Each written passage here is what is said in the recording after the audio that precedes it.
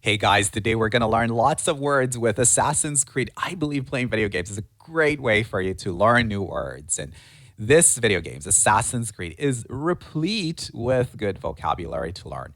Replete means full of. It is replete with, and it goes with the preposition with. It is replete with advanced words. I hope you enjoy it. We received a summons from the Alderman and his Lady of Colchester, requesting you specifically for a matter of great secrecy. Foreboding.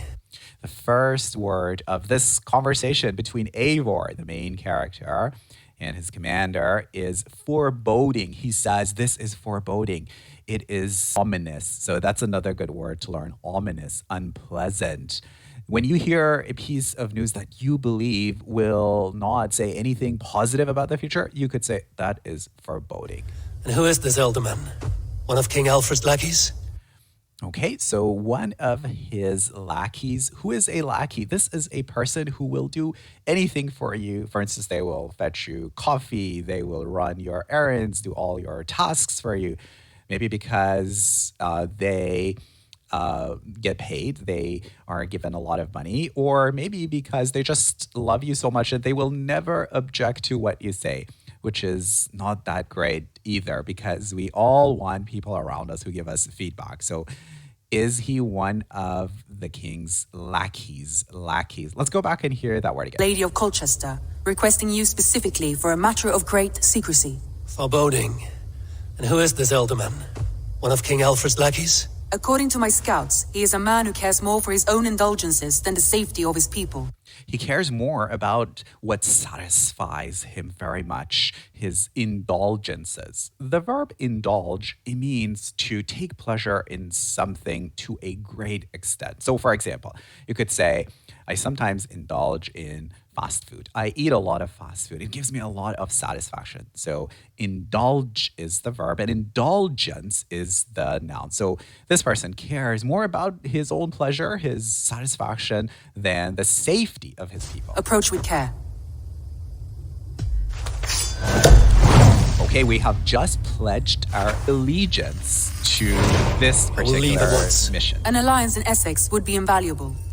An alliance in Essexe will be invaluable. Invaluable is an adjective which means extremely valuable. So don't confuse it with similar adjectives in English with the prefix in, which usually say something opposite to that particular word. So for instance, we say indifferent. Indifferent means apathetic, not caring about something.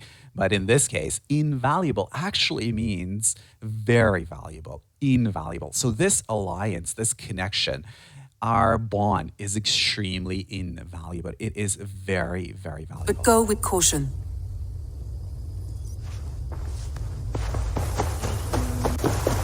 Perhaps because you have drunk the barrel dry? Damn.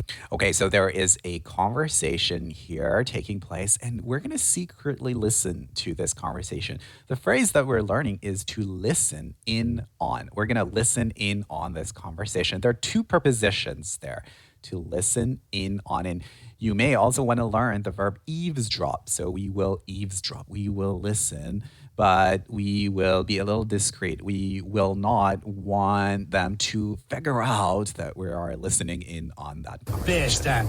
His household is as poorly run as his lands. Estrid is a good wife. Far better than he deserves. You would say that, Adrian.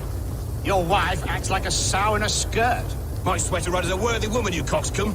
But she's an excellent cook. And the other person says that she is an excellent cook. She is a worthy woman, a valuable woman. So that's another good adjective to learn. Worthy. Worthy. Sometimes we use this adjective to talk about our opponent. For instance, in a competition, we might say, oh, they are a worthy opponent. We respect them somehow because maybe they possess a lot of skill and experience, so they are a worthy opponent. Pay attention to the pronunciation as well. It is the, it's not the. So we say worth with a sound, but worthy is an adjective with a the sound. With a fine nose for truffles. If Biristan does not return soon, wine will not be the only thing spilled upon his floors. Now, gentlemen, everyone is fractious with this waiting. Let us be civil at least.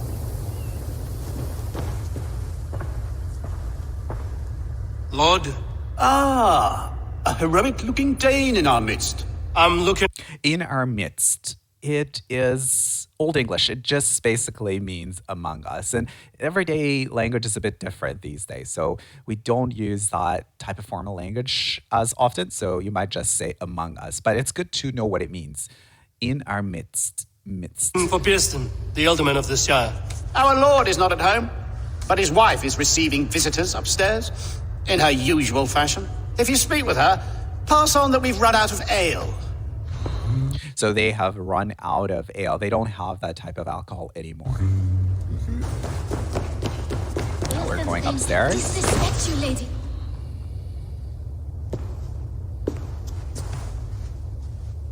You! Guards will come at one cry from me! Sheathe your blade, lady. Sheathe your blade. Blade, sword. Sheathe it. Put it back in its cover, in the scabbard, which is the more technical word for it. So just put it back where it belongs, in the cover. Sheathe. Sheathe. This is the verb. Sheathe your blade. I'm Eivor of the Raven clan, here at your husband's request. Another Dane. I am Estrid, wife of the Lord of Essexe. As you may have heard, my lord is not at home. Okay, let me pick that. Wit, but your accord must be reached with him. You don't... Your accord must be reached with him. Accord is agreement. So sometimes we say in accordance, in accordance. So your accord, your agreement must be reached with that gentleman. That agreement must be forged and reached with that gentleman. Strike me as a meek Saxon wife. Do you yet see an ember of my... Meek means mild and not very strong tempered, or someone who is very confident. So we use the word meek to describe this kind of person. Demure is another good word for you to learn. Let's go back and hear that adjective again. merry wit, but your accord must be reached with him. You don't strike me as a meek Saxon wife. You don't strike me. It means you don't come across as. You don't seem like a shy, a timid person. You are not meek. You are confident. You are very strong. Do you yet see an ember of my Frankish fire, Ravenwalker? Perhaps it dances in my eyes?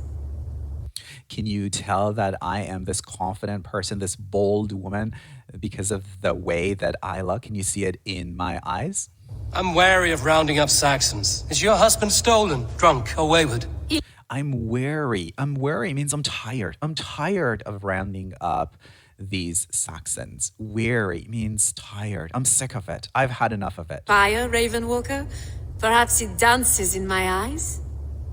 I'm wary of rounding up Saxons. Is your husband stolen, drunk, or wayward? He'll be stalking the woodlands today, hunting game and ignoring the vital affairs of Essex. He'll be hunting game. Game refers to animals like birds and maybe some other species. And sometimes, for instance, gazelles and the types of animals that we call prey in hunting. So it was very customary for kings, for instance, to go hunting for game. One such affair is why we called for you. If I can find him, I'll remind him of his duties. Such would be a miracle. His favorite haunt is southwest of here. The lavender fields there attract the prey, God help him. With luck, he hasn't been eaten, but I'll return either way.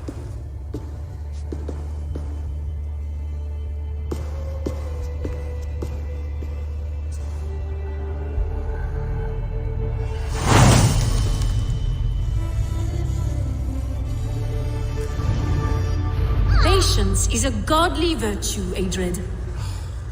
A virtue is a very positive and a very admirable quality, a virtue. So for instance, you could say that generosity is a virtue. The opposite of this word is vice. So this is something like greed, which is quite negative. So we have virtues, positive qualities, characteristics, and vices. Even the saints were tired of waiting for Beerstan to hang up his bow. Dear Estrid, we must discuss the affairs of this land, with or without him. Hunting is a fine sport, but I hope the alderman has not become the prey. No good comes from a camp this bloody.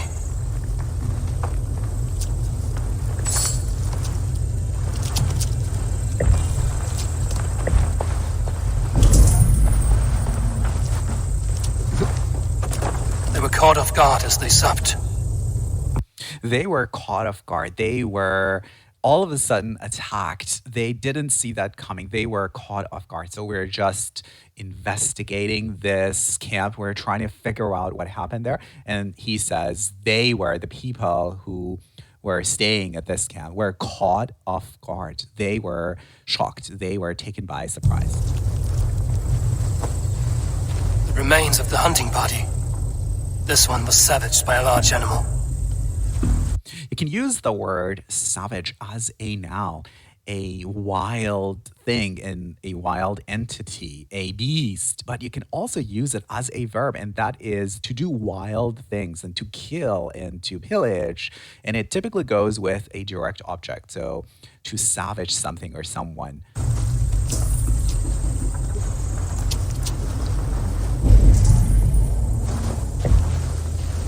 They were attacked by a beast. Something strong enough to kill the horse.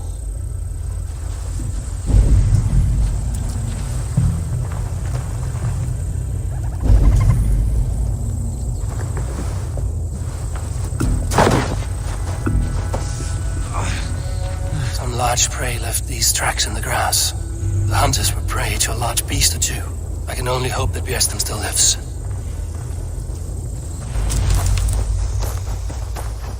Bjersten? Ready your weapon, or accept your fate as a faithful bears.